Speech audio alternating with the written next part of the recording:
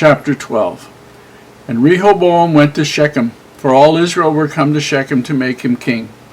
And it came to pass, when Jeroboam the son of Nebat, who was yet in Egypt, heard of it, for he was fled from the presence of King Solomon, and Jeroboam dwelt in Egypt, that they sent and called him. And Jeroboam and all the congregation of Israel came, and spake unto Rehoboam, saying, Thy father made our yoke grievous.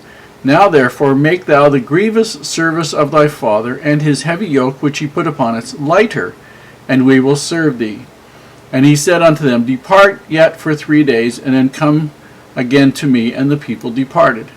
And King Rehoboam consulted with the old men that stood before Solomon his father while he yet lived, and said, How do ye advise that I may answer the people? And they spake unto him, saying, If thou wilt be a servant unto this people this day, and wilt serve them, and answer them, and speak good words to them, then they will be thy servants forever. But he forsook the counsel of the old men which they had given, and consulted with the young men that were grown up with him, and which stood before him. And he said unto them, What counsel give ye, that we may answer this people who have spoken unto me, saying, Make the yoke which thy father did put upon us lighter?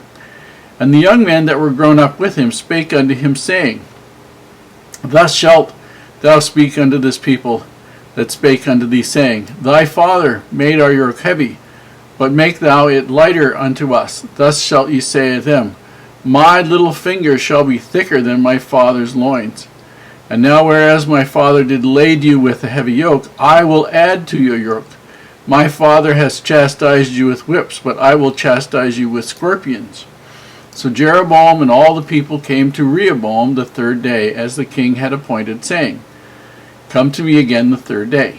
And the king answered the people roughly, and forsook the old men's counsel that they gave him, and spake to them after the counsel of the young men, saying, My father made your yoke heavy, and I will add to your yoke.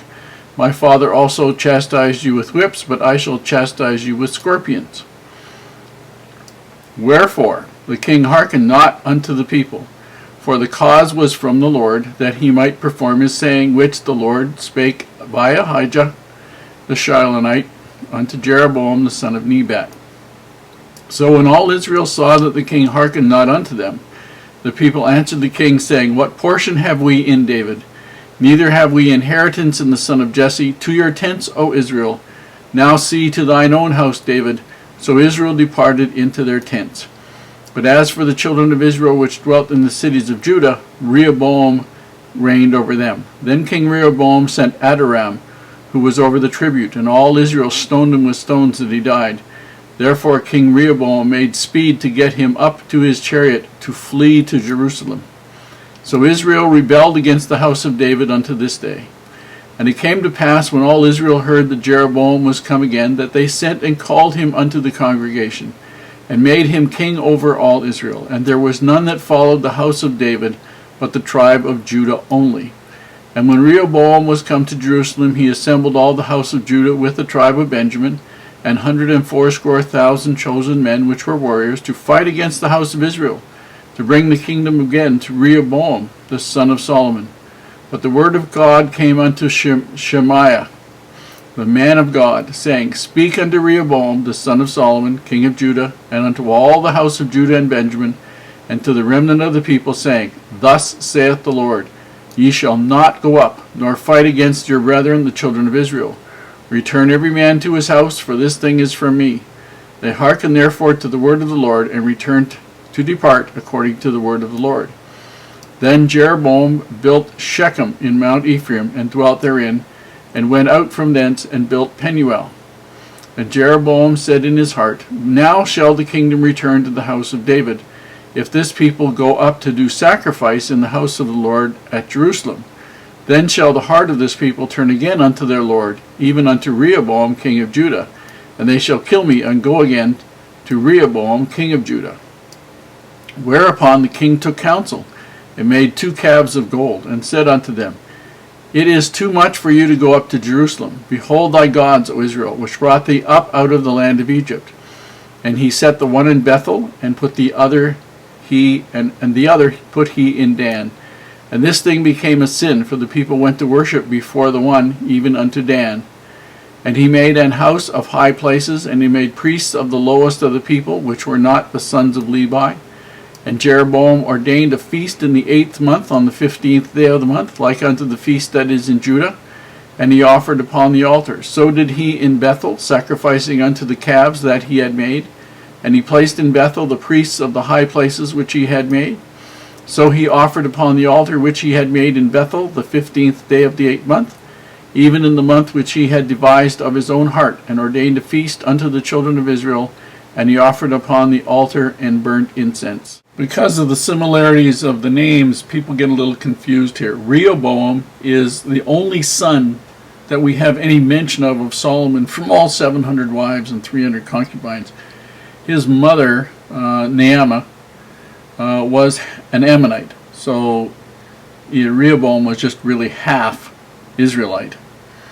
Jeroboam was from Ephraim, one of the tribes. He was a full Ephraimite. Now, they decided the northern 10 tribes had a traditional right to confirm the king on their own. And so instead of coming to Jerusalem, they decided that they would meet at Shechem, which is the traditional gathering spot for the tribe of Ephraim. And at the same time, they sent to Egypt for Jeroboam, who was an Ephraimite, so that he would be there when Rehoboam would show up with the people from Dan and Judah and whoever else, and Benjamin, the people that were supporting him, because he was of Judah. At least his father was.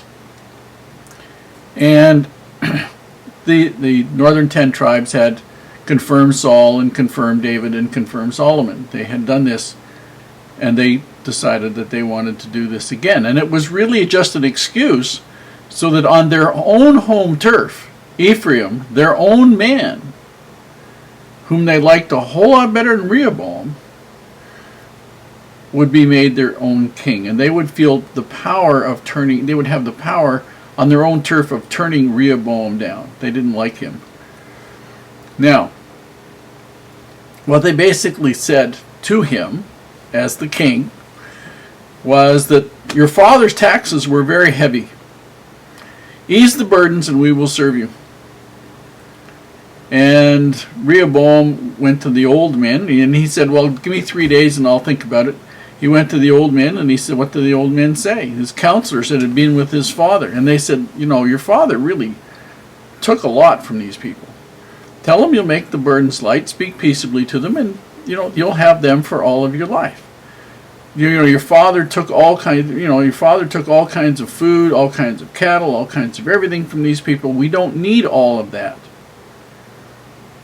He didn't like that. So he went to the young pampered men who had grown up with him in his father's house, the people that he knew who were rich, and of course if they took less from the people, they would have less to spend on themselves.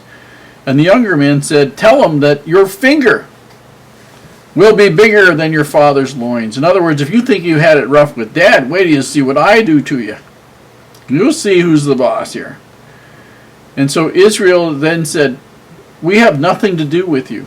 You're on your own, and they left. So the 10 tribes left Shechem, and they left Rehoboam on his own. And he went back to Jerusalem to try and raise some troops to go get them. He sent the guy who was in charge of the tithing and the levy and all the rest of the tribute out, and the guy, they stoned him. He's dead. So he realizes he'd better get back to his own turf. So he goes back.